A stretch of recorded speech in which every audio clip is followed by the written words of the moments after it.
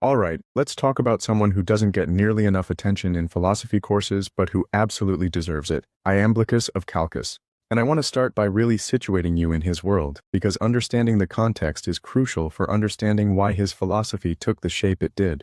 Born around 242 CE in Chalcis, which is in what we now call Syria, part of the Roman Empire's eastern provinces, this isn't some backwater. This is one of the most culturally sophisticated regions of the ancient world. Greek philosophy, Syrian religious traditions, Egyptian mystery cults, Persian influences, all of this is swirling around in the intellectual atmosphere. And Iamblichus comes from money, not just comfortable, aristocratic. His family has connections, resources, and most importantly for our purposes, they can afford to give him the absolute best education available. He's not some outsider trying to break into philosophical circles. He's born into the elite, with access to the texts, the teachers, the leisure time necessary for serious philosophical work. Now here's what I want you to really grasp about the 3rd century CE because it's wild. Politically, the Roman Empire is in crisis. Between 235 and 284, there are something like 26 claimants to the imperial throne. The average reign is maybe 2 years. You've got military coups, civil wars, invasions by Germanic tribes in the north and Persians in the east. The economy is tanking, massive inflation, currency debasement, plague sweeps through multiple times. Cities are shrinking, trade networks are disrupted. By any objective measure, this should be a dark age for philosophy. You'd expect intellectual life to just shut down, right? People are worried about survival, not metaphysics. But here's what's remarkable. This is actually one of the most intellectually and spiritually creative periods in ancient history. Maybe precisely because the old certainties are collapsing, people are asking fundamental questions. What is the nature of reality? What gives life meaning? How do we find stability in a world of chaos? What's our relationship to the divine? And different movements are offering different answers. Christianity is growing rapidly. It's still illegal, still persecuted periodically, but it's spreading through all levels of society. Traditional paganism is trying to defend itself, but it's increasingly on the defensive. Various mystery religions, the cult of Isis, Mithraism, the Eleusinian mysteries, are offering paths to salvation through ritual initiation. Into this incredibly complex, spiritually hungry, intellectually fervent world steps Iamblichus. And he's going to try to do something audacious. Create a philosophical system that can compete with Christianity, that can give traditional Greek religion intellectual respectability, that can offer a complete path to salvation grounded in both reason and ritual. Now, before we go any further, we need to understand where Iamblichus is coming from philosophically, because nobody works in a vacuum. Look at this intellectual lineage. Plotinus, he's the founder of what we call Neoplatonism, though he wouldn't have called it that. He's working in the mid-3rd century, dies in 270 CE. And Plotinus creates this brilliant synthesis of Plato's philosophy with Aristotelian logic and Stoic ethics, all oriented toward mystical union with the One, the absolute source of reality. Plotinus has students, but the most important is Porphyry. Now, Porphyry is fascinating in his own right. He's the one who edits Plotinus's writings into the text we know as the Enneads, literally the Nines, because he organized them into 6 groups of 9 treatises. Without Porphyry, we might not have Plotinus' work at all, but Porphyry also develops Plotinus' philosophy in his own directions. He writes on logic, on ethics, on vegetarianism, on the philosophy of religion. He's trying to systematize Neoplatonism, make it more rigorous, defend it against Christian critics, and Porphyry's student. That's Iamblichus. So we're 3 generations deep into this tradition. Iamblichus isn't inventing Neoplatonism from scratch. He's inheriting a sophisticated philosophical system that's already been developed over decades. But here's where it gets interesting. That phrase on the slide, second founder of Neoplatonism, that's not just an honorary title. What it means is that Iamblichus transforms the tradition so fundamentally that everything after him looks different than everything before him. Think of it this way, Plotinus is like the architect who designs a beautiful house based on Plato's blueprints. Porphyry is like the contractor who builds it and makes sure everything is structurally sound. But Iamblichus, he looks at this house and says, this is a good start, but we need to add entire new wings. We need to redesign the foundation. We need to change what this building is actually for. And this matters because after Iamblichus, every major Neoplatonist works in his shadow. Proclus, who comes a century later and writes the most systematic exposition of Neoplatonism ever produced, he's explicitly following Iamblichus's approach. The last heads of the Platonic Academy in Athens before it's closed in 529 CE, Damascius, Simplicius, they're all Iamblicians. So when we study Iamblichus, we're not just studying one philosopher's ideas. We're studying the shape that Neoplatonism took for its last 2 centuries as a living philosophical school. Now, one more piece of context before we dive into the philosophy itself. Iamblichus is active until around 325 CE. Let me tell you what happens in 325. The Council of Nicaea. This is the first ecumenical council of the Christian Church, called by the Emperor Constantine, where they hammer out the Nicene Creed and establish Christian orthodoxy. Constantine had converted to Christianity in 312 CE. By the time Iamblichus dies, Christianity is well on its way to becoming the official religion of the Roman Empire. The old pagan world is dying. And Iamblichus knows this. He's watching it happen. And his response is fascinating. He doesn't just defend traditional religion on the grounds of this is what our ancestors did. Instead, he creates this incredibly sophisticated philosophical and theological system that tries to show that traditional Greek religion, properly understood, is intellectually superior to Christianity. He loses that battle, obviously, but the fact that he fought it with philosophy rather than just tradition, that's significant. He's trying to meet Christianity on intellectual grounds, to show that you can have both philosophical rigor and religious devotion, both reason and ritual. Alright, so now we know who Iamblichus was, when he lived, and what intellectual tradition he inherited. But here's the real question. What did he actually do with that inheritance? What makes him revolutionary? To understand that, we need to look at what he inherited from Plotinus, and then watch him systematically critique it and rebuild it into something new.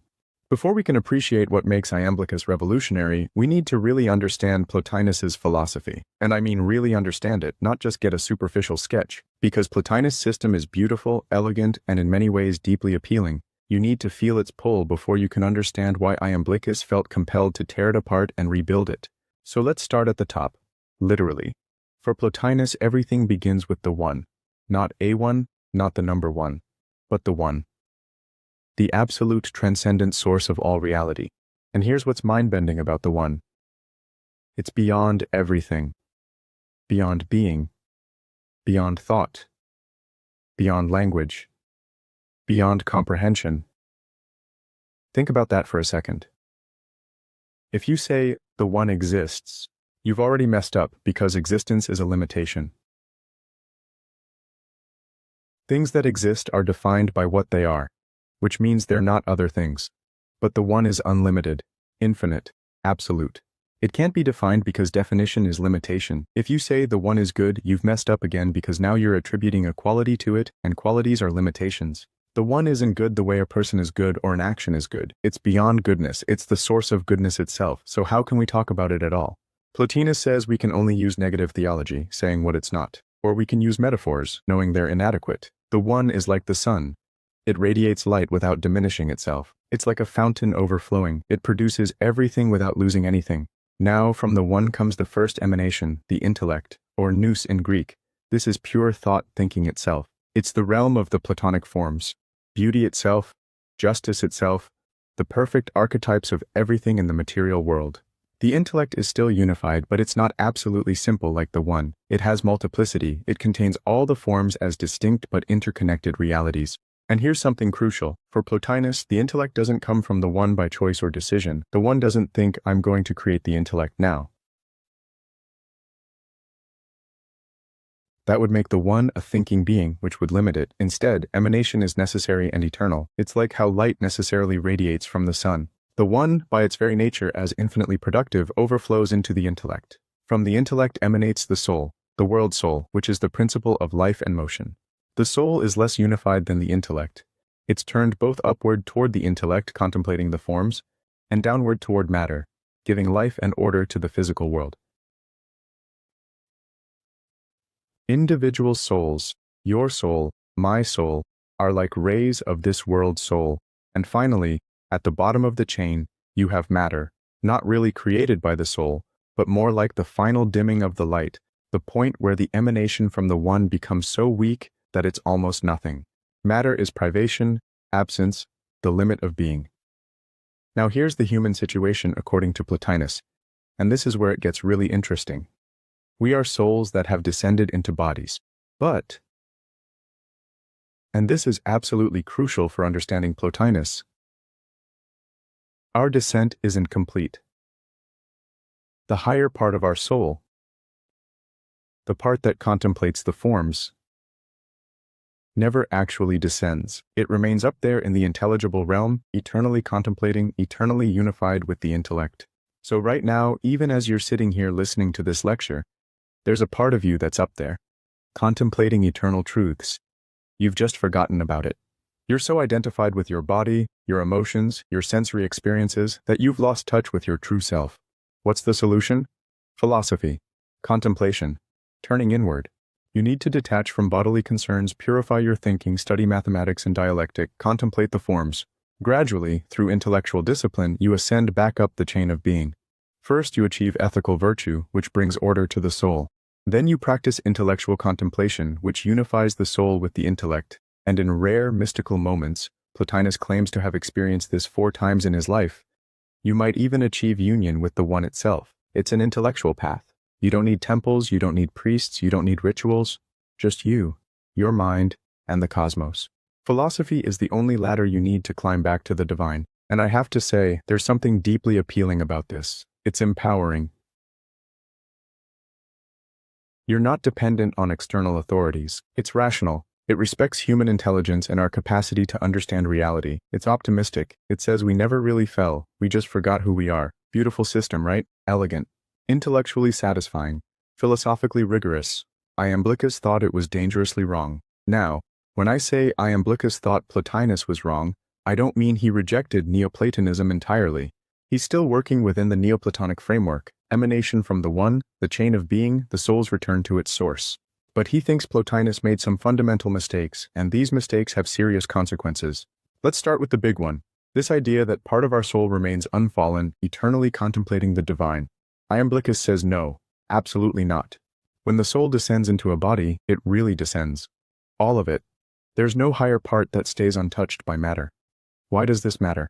Because if Plotinus is right, then our situation isn't really that bad. We're not truly fallen, we've just temporarily forgotten our divine nature. We can wake ourselves up through philosophy. But if Iamblichus is right, then we're in serious trouble. We're genuinely entangled in matter, genuinely confused, genuinely separated from the divine. This isn't just a cognitive error we can correct by thinking harder. This is a real metaphysical crisis. And here's where Iamblichus makes his second major critique.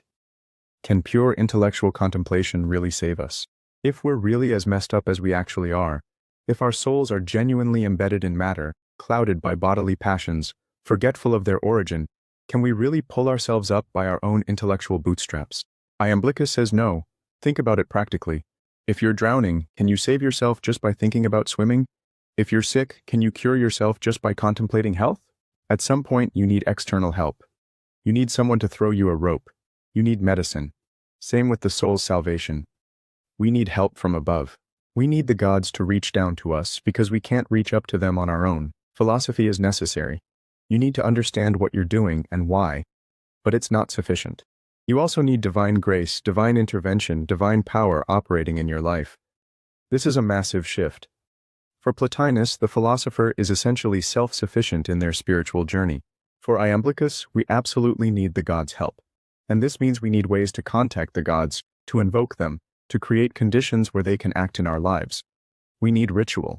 We need Theurgy, but before we get to Theurgy, there's a third major critique Iamblichus makes of Plotinus. The cosmos is way more complex than Plotinus described.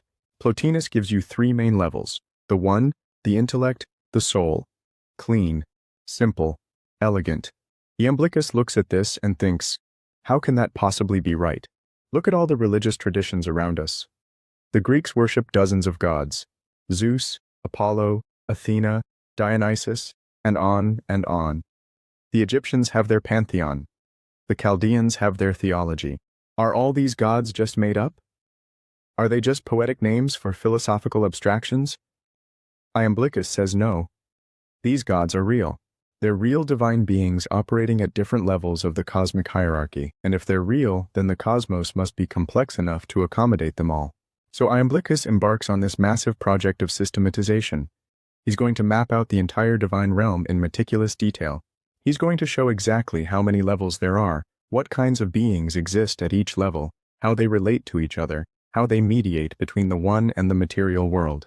Where Plotinus gives you 3 levels, Iamblichus gives you dozens. He multiplies entities, creates elaborate hierarchies, develops intricate classifications. It's almost Baroque in its complexity. And this isn't just intellectual showing off. Iamblichus thinks this complexity is necessary. The gap between the one, absolute, infinite, transcendent, and matter, limited, finite, barely real, is so vast that you need all these intermediate levels to bridge it. Each level mediates between the one above and below it. Each level makes the whole system work. Plus, if you're going to practice Theurgy, if you're going to invoke the gods, you need to know which gods to invoke for what purposes. You need to understand the cosmic hierarchy so you can work with it properly. You need a detailed map of the divine realm. So Iamblichus creates one.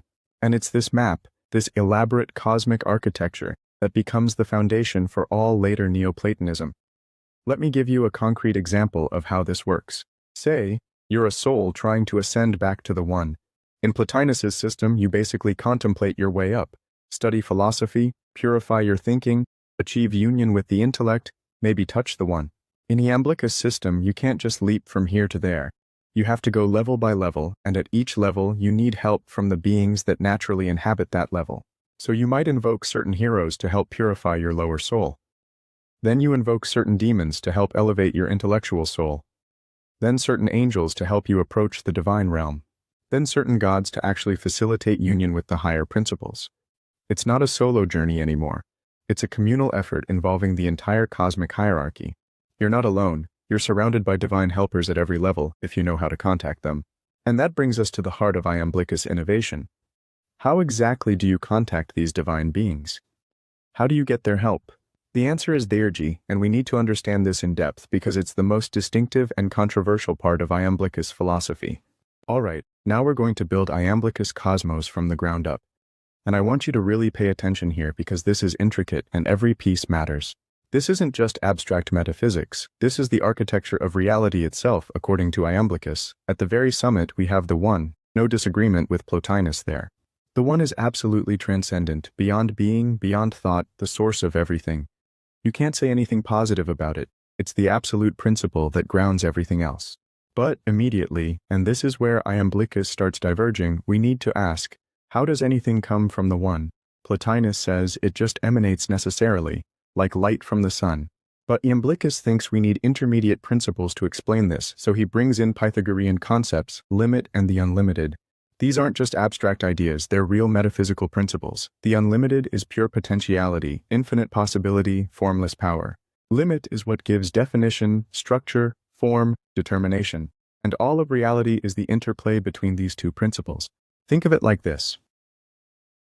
The unlimited is like infinite clay. Formless, shapeless, pure potential. Limit is like the sculptor's hands. Giving shape, creating definition, producing actual things. You need both. Pure unlimited would just be chaos, formless possibility. Pure limit would be empty form with nothing to shape. Reality is what happens when limit acts on the unlimited. Now, these principles somehow mediate between the one and the next level, which is the realm of intellect. But here's where it gets complicated. Plotinus has one intellect containing all the forms. Iamblichus says no, the realm of intellect itself has multiple levels. First, there's the purely intelligible realm. This is the forms in their most transcendent state closest to the one. These are the forms as they exist in themselves, in their purest unity. Then there's the intellectual realm. This is the forms as they're actively thought by divine intellect. Here they have more differentiation, more multiplicity. Then there's the intelligible and intellectual realm, a kind of intermediate zone where the forms exist both in their pure unity and in their differentiated multiplicity. Why all these distinctions? Because Iamblichus is trying to explain how you get from absolute unity, the one, to the multiplicity we see in the world. You can't just jump from one to many. You need gradual stages of increasing differentiation. And at each of these levels of intellect, there are gods. Not metaphorical gods, not poetic personifications, real divine beings. Zeus operates at one level, Apollo at another, Athena at another. Each god has their own sphere of influence, their own powers, their own place in the hierarchy. Below the realm of intellect, we have the realm of soul. But again, not just one world soul. Iamblichus distinguishes between divine souls, the souls of the gods themselves, demonic souls, intermediate beings between gods and humans, heroic souls, Elevated human souls that have achieved a semi-divine status. Human souls. That's us. Animal souls. Yes, animals have souls too, just less developed. Each type of soul has its own nature, its own capacities, its own role in the cosmic order. And threading through all of this is important, are what Iamblichus calls chains or series. Each major god has a chain of beings that proceeds from them all the way down to the material level. So there's a Dionysian chain, an Apollonian chain, a Hermetic chain, and so on. Each chain participates in the character of its ruling deity. This matters practically because when you're doing Theurgy, you need to know which chain you're working with. If you're invoking Dionysian powers, you use Dionysian symbols, Dionysian hymns, Dionysian rites. You're working within that specific chain of being. From the one to matter now, look at this diagram showing the full descent from the one to matter. What I want you to grasp is that this isn't just a static structure, it's a dynamic system. Everything proceeds from the one. That's the downward movement. Procession or prudos in Greek. The one overflows into limit and the unlimited. They interact to produce the realm of intellect. The intellect overflows into the realm of soul. The soul gives life and order to matter, but there's also an upward movement, return or epistrophe. Everything has a natural desire to return to its source. Matter seeks to participate in soul. Soul seeks to contemplate intellect. Intellect seeks union with the one. The whole cosmos is engaged in this double rhythm, out and back, procession and return, systole and diastole like a cosmic heartbeat. And here's where it becomes personal. We are souls that have descended all the way down into matter. We're at the bottom of this chain, embedded in bodies, entangled in physical existence. In Plotinus' system, remember, part of us never really descended. But Iamblichus says no, we really fell. All the way. Our entire soul is down here, confused, forgetful, struggling. Our task is to ascend back up. But we can't just leap from matter to the one. That's like trying to jump from the ground floor to the roof of a skyscraper. You have to take the stairs. You have to go level by level, and at each level you need help. This is crucial. You can't ascend on your own power. You need the beings at each level to help lift you up. So let's trace a soul's ascent. You start down here in matter, identified with your body, caught up in sensory pleasures and pains, driven by passions and appetites. First step. Ethical purification. You need to get control of your lower soul, your passions. You practice virtue, courage, temperance, justice. This begins to free you from being enslaved to bodily desires. And you might invoke certain heroes or lower demons to help with this. These are beings who've mastered the passions and can help you do the same. Second step, intellectual purification. You study mathematics, logic, philosophy. You train your mind to think about immaterial realities. You begin to contemplate the forms. And you might invoke certain higher demons or lower angels to help illuminate your intellect. Third step, approaching the divine realm. You begin to have direct contact with the gods themselves. Your soul is becoming more unified, more divine. You're participating in the life of the intellect, and here you need the gods themselves to lift you up because you can't cross this threshold on your own power. Final step, union with the One. This is rare, maybe impossible for most souls while still embodied, but it's the ultimate goal.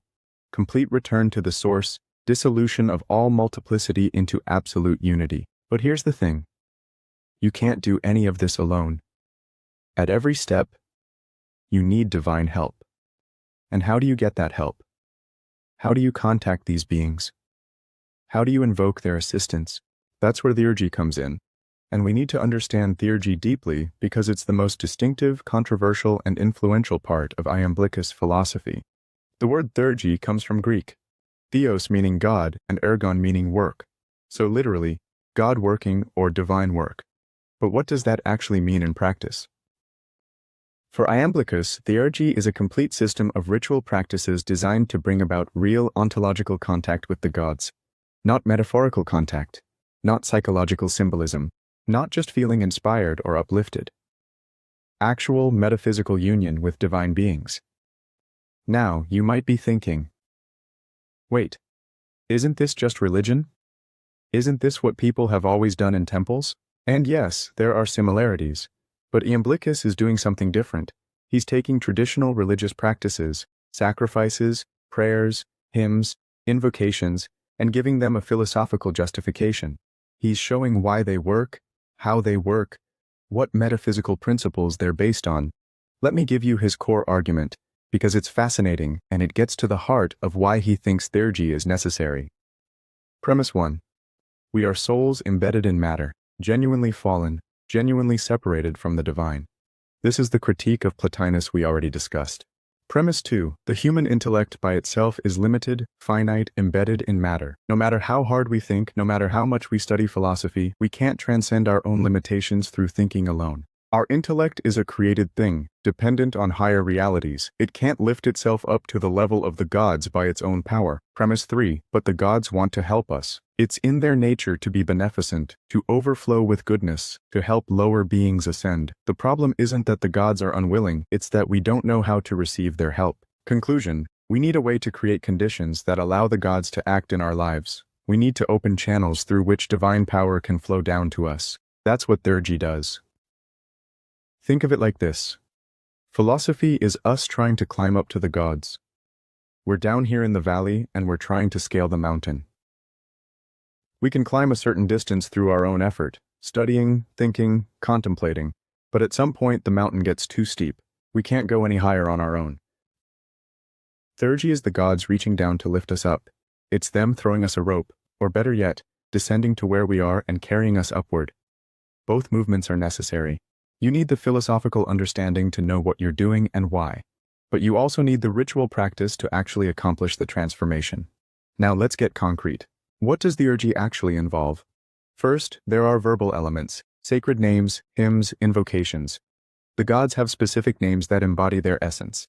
When you speak these names correctly, with the right intention, at the right time, you're not just making sounds, you're activating real metaphysical connections. The names participate in the divine realities they represent. Second, there are material elements, stones, herbs, animals, specific substances that have natural affinities with certain gods. This isn't arbitrary symbolism. Iamblichus believes the cosmos is bound together by what he calls sympathies, real connections between things at different levels of reality. Certain stones naturally resonate with certain divine powers. When you use them in ritual, you're working with the structure of reality itself. Third, there are actions, specific gestures, movements, dances, sacrifices. These aren't just external performances. They're ways of aligning your whole being, body, soul, and spirit with divine realities. Fourth, there's timing. Certain rituals must be performed at specific times when the cosmic conditions are right, when certain planets are in certain positions, when the divine powers you're invoking are most accessible.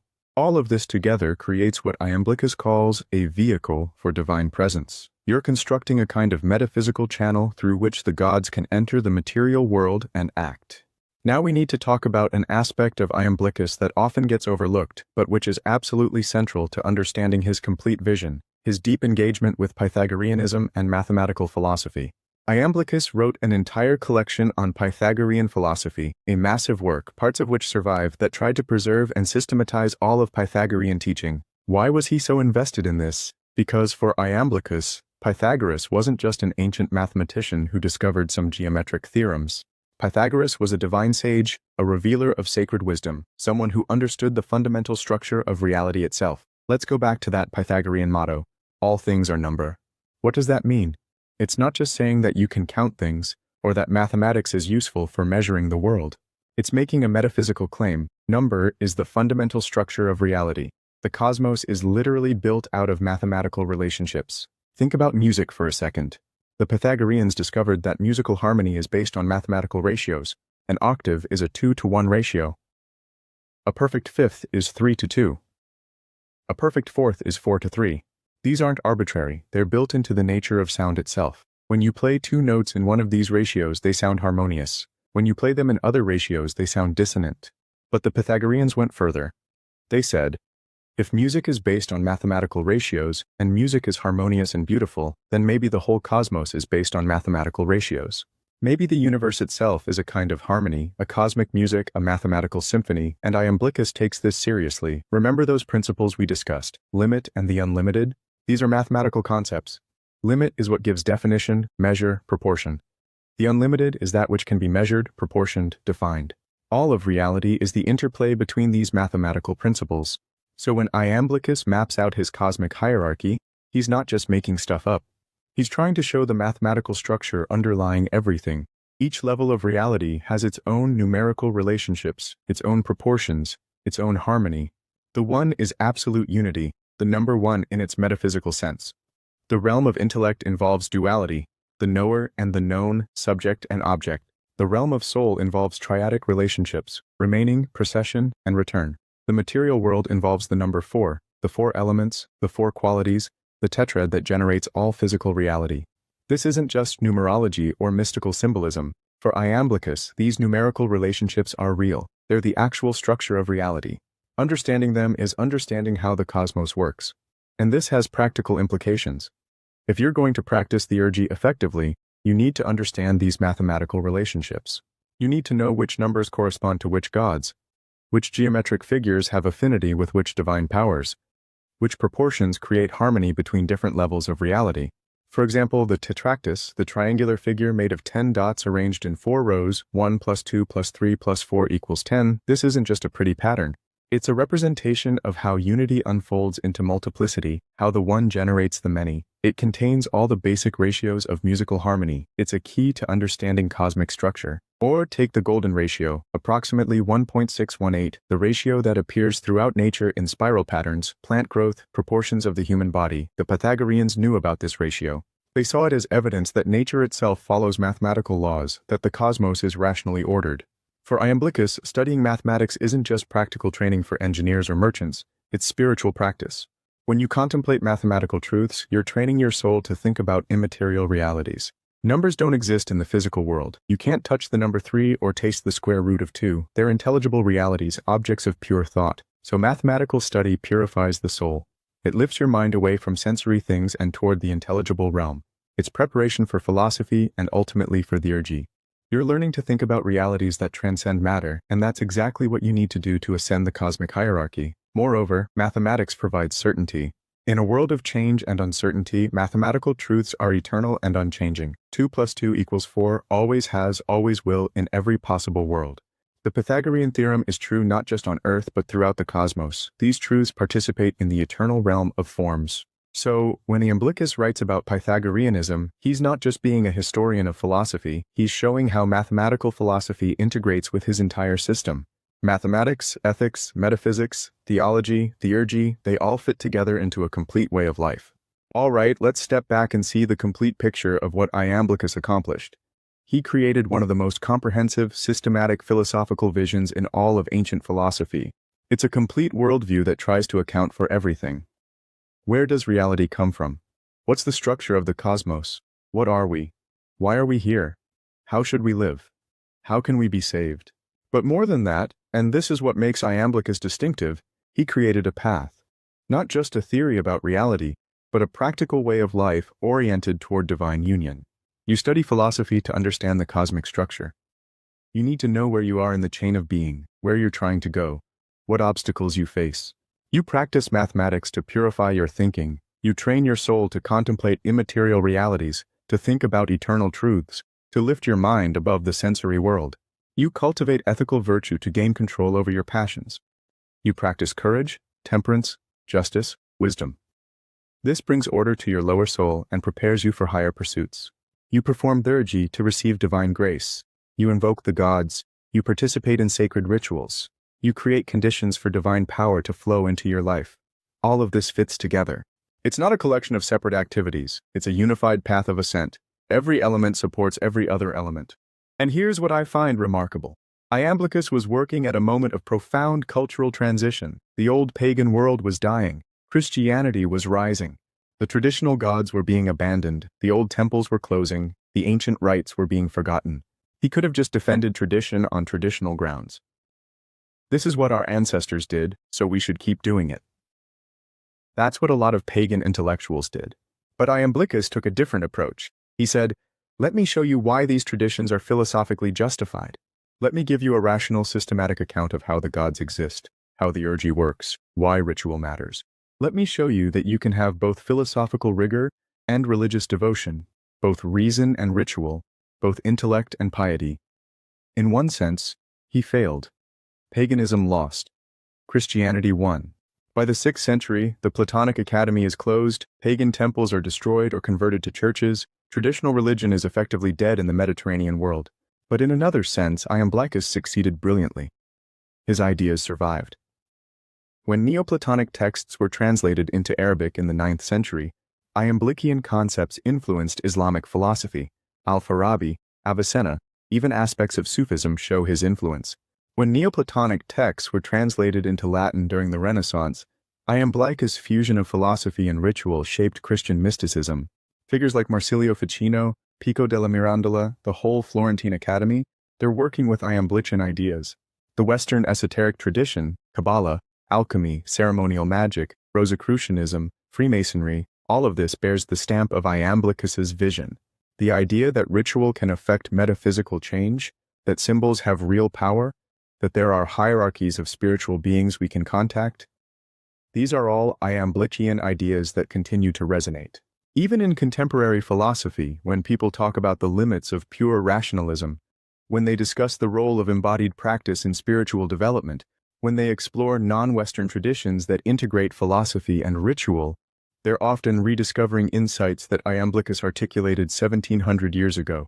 But beyond his historical influence, I think there's something valuable in Iamblichus' vision for us today. We live in a culture that tends to split things apart. We separate reason from emotion, mind from body, theory from practice, the intellectual from the spiritual. Iamblichus offers a vision of integration. He says, you don't have to choose between being intellectually rigorous and being spiritually engaged. You don't have to choose between philosophy and religion, between reason and ritual, between the life of the mind and the life of the spirit. You can have both. In fact, you need both. A purely intellectual philosophy that doesn't transform how you live is just empty abstraction. A purely ritual religion that doesn't engage your intellect is just superstition. But when you bring them together, when you integrate understanding and practice philosophy and theurgy, reason and ritual, then you have something powerful. You have a complete path.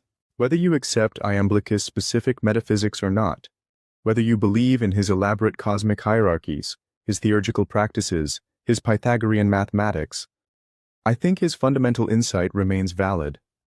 Transformation requires more than just thinking. It requires practice. It requires engagement with something beyond yourself. It requires both ascending through your own effort and receiving help from above. That's a vision worth taking seriously, even 1700 years later. Iamblichus reminds us that philosophy isn't just about having correct opinions. It's about becoming a different kind of person. It's about transformation, about ascent, about reaching toward the divine, however you understand that term. And that, ultimately, is why we still study Iamblichus. Not just as a historical curiosity, not just as one more name in the history of philosophy, but as someone who took the deepest questions seriously and tried to answer them with a complete, integrated vision of reality and our place in it.